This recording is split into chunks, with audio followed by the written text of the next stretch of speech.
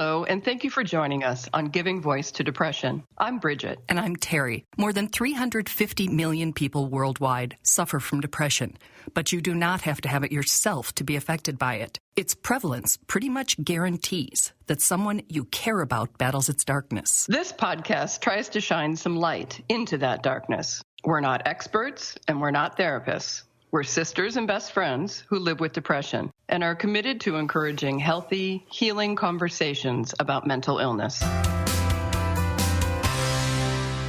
The episodes in this season's podcast are made possible by a generous grant from the Charles E. Kubley Foundation. We are solely responsible for podcast content. Hi, Terry. Hello, Bridget.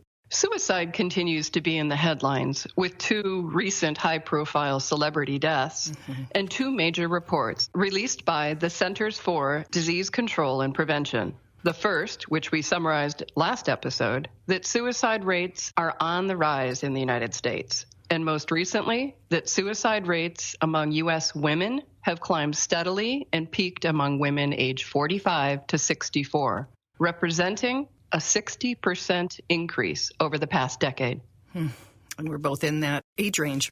And while the light this kind of attention shines on the importance of mental health is important and has the potential to lead to change, a lot of the discussion, particularly on social media, is still uninformed at best and straight up wrong, mean-spirited, and stigma-reinforcing near the other end of the spectrum. It certainly is. We had planned on having Mark Henick share his story today of how he progressed from being chronically suicidal to now managing his mental health challenges and speaking publicly to let others know that there is help. Instead, we've asked him to comment on some of the many things being said in the media these days and in uninformed discussions for years. Everything from you can't stop someone who wants to kill themselves to they're just doing it for attention. We'll share his remarkable and inspiring personal story next week.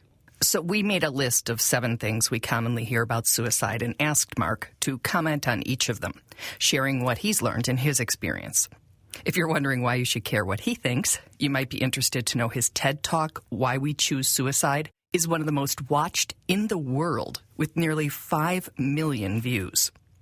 So we begin with the belief that people who are suicidal want to die. It's probably the most common myth that I hear, that people really want to die. And usually because the person themselves believe that. The person themselves argues that they want to die, that they need to die. So it's really important to know that not everyone who suffers from depression will have suicidal thoughts, and not everyone who has suicidal thoughts will act on them.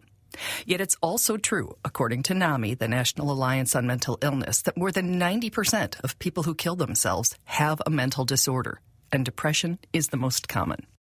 That's important because that has a way of limiting your view. Not only limiting your view, it also has all kinds of other impacts on you. It makes you tired. It makes you irritable. It can lead to other health problems. So really what the person doesn't want to do is deal with that kind of existential dread anymore, that pain anymore, that difficulty that comes with that struggle. It's not necessarily that they want to die. It's that they don't want to live that way, I think. A second and very common comment after a suicide is that it was a selfish act. I see where it comes from, that you're not thinking, or people think that you're not thinking of the impact that it has on those around you. You're only thinking of yourself. Well, I would push back on that, certainly based in my own experience. I can't speak to everybody's, but I was thinking about my family when I was standing on the edge of the bridge, and every other time before that. I was thinking about how it would help them, how it would be the best thing for them if they didn't have to deal with me anymore, the trouble that was me. So I thought I was doing them a favor. And really, in some ways, and it's a skewed view of things, but that's the definition of a mental illness practically, I thought that I was doing something good for them. That's the opposite of selfish. So I think that people who believe that just don't take the time to get inside the head of somebody who's in that place. We've also heard that described as, in the moment, what is irrational from the outside can feel totally rational from the inside. And we wondered if suicide loss survivors might be at least slightly comforted to know that the intention of the person who took his or her life may well have been to do something for them versus to them. or if that just makes it worse. Well, so guilt is by far the most common emotion that I hear from suicide loss survivors, that they wish they could have done something. And it's usually parents or spouses, because the two most common groups of completed suicides are adolescents, usually boys, and middle-aged men being the most common. So people always think, I wish I had have noticed something, or what did I miss, or how did I contribute? I actually turn that around a bit on the person too, because what we notice is that the people closest to the ones that are struggling are usually the least able to see what's going on. And that's because they love them so much. It's not because they're not paying attention. It's because they're so close to them. What parent on earth would ever want to create a scenario in their mind where their little boy dies? Or where their partner that they've been with every single night and that they've married and shared so many great experiences with, that they'd someday end their own life. We don't want to think about these things because, deeply psychological, it's not just a choice that we don't want to think about them, because it's painful, and because that's just never even entering into the equation. So we block that out. We limit that out as a possibility. That's just how our mind works, to avoid pain in that way. So, I think that while, yes, there is more we can do to help people learn how to notice the signs and symptoms, often it's the people who are closest to us that psychologically are the least prepared to notice. Thought that was a really interesting point and one I have not heard. We will move on now to the belief that suicides are often, or usually, occur out of the blue or with no warning at all. Mark says, Yeah, so, the data doesn't support this. In the large majority of suicides, there is some kind of sign that it might happen. Now, that doesn't mean that it's going to be super obvious. It doesn't mean that somebody's going to come out and say that they're going to kill themselves, although that happens a lot too. They could be that the person has a diagnosis, for example, of depression or anxiety or some other chronic physical health problem. They could be withdrawing more. So there's lots of ways in which people give off signs that they might potentially be suicidal or struggling. And I think the only way we can fully decipher those if we see them in the broader context of that person's life, and if it's a change from their baseline, or if there's a theme here happening. It's not always so easy to see that somebody might be at risk, of course, but there's almost always signs.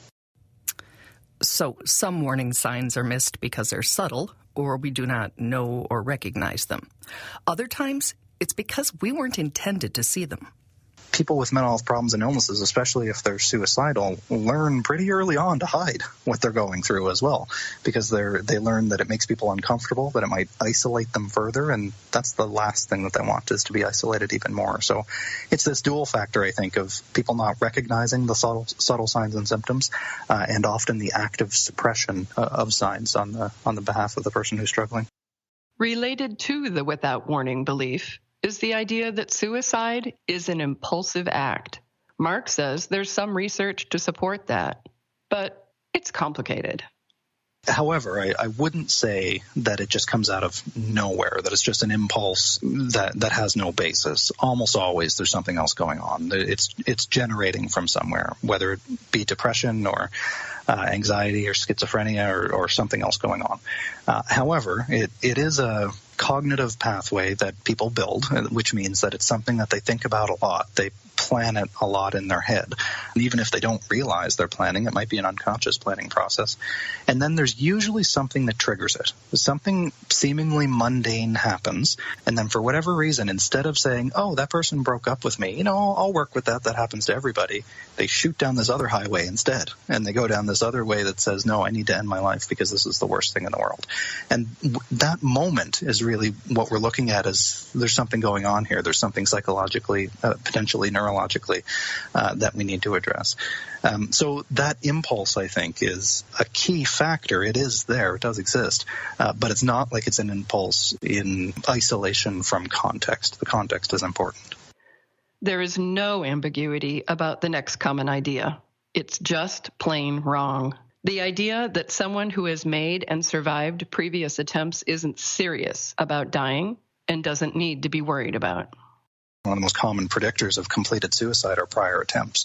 And when people do have that impulse, when they're building that cognitive pathway in their head towards suicide, sometimes that takes often increasingly serious suicide attempts. I mean, all attempts are serious, but there's a degree to which they become more and more dangerous.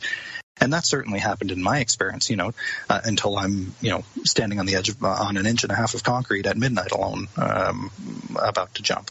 So I think that there's a process here of people figuring it out as they go. So especially if there's multiple attempts, that means that we have to really take a closer look at what's going on here and try to do a better job of figuring out what's happening for that person. The sixth misconception we asked Mark to address is another one that really offends us. The comment that someone who attempts suicide, particularly multiple times, or talks about wanting to, is just trying to get attention. I run into this all the time, and I'm of the view that if that person is so in need of attention, so let's entertain that for a minute that you're right. If that person's so in need of attention that they're willing to die to get it, just give them attention. Is that the worst thing? Is your attention the most valuable thing in the world that you're unwilling to give it, even to the point of somebody else dying? Well, so I think that that's just a completely baseless stigma, and actually it makes the person saying it look like a really terrible person. I think so, too, because if you scream fire, right, you're also trying to get attention because you could die under, either situation. Exactly, and that's what suicidality is, I think, at its core, is a fire alarm. That it's somebody, okay, yeah, sure, they want attention. That because there's something going on here, they're giving off all the signs. And then that's the same person who, when they go to hospital or when they eventually do, that everybody whispers, oh, nobody saw it coming. They were screaming at you that it was coming, and nobody was hearing it because they just wanted attention. So I think that that's the least defensible, stigmatizing myth out there, that people who die just, and I put the emphasis on the italics on the just, are doing it for attention. The last common comment we presented to Mark is, you can't stop people from killing themselves. You definitely can. And often we know that suicide interventions, often conversation-based, do work. You can de-escalate the person. You don't even have to convince them that life is worth living. Just get them to a place of ambiguity where they have some doubt, some crack in that absolute conviction and certainty that they need to die. You just need some ambiguity, reasonable doubt, and that's often enough to keep them alive. Ultimately, it's a manner of building connection with that person.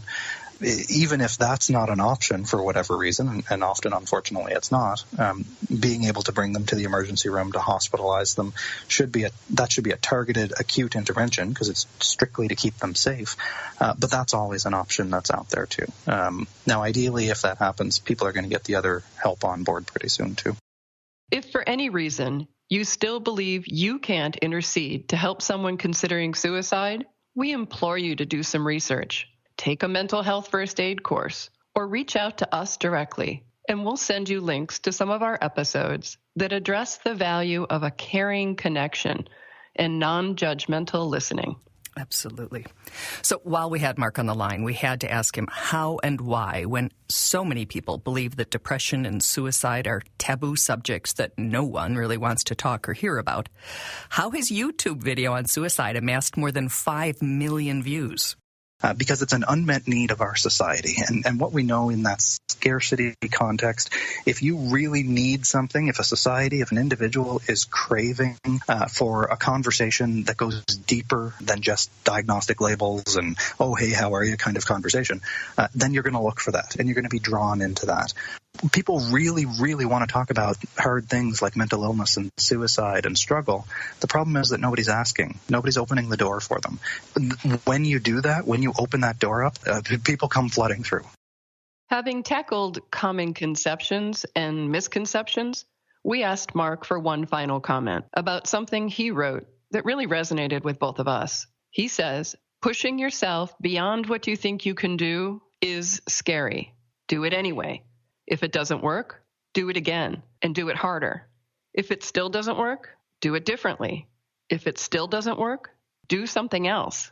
There is always something else.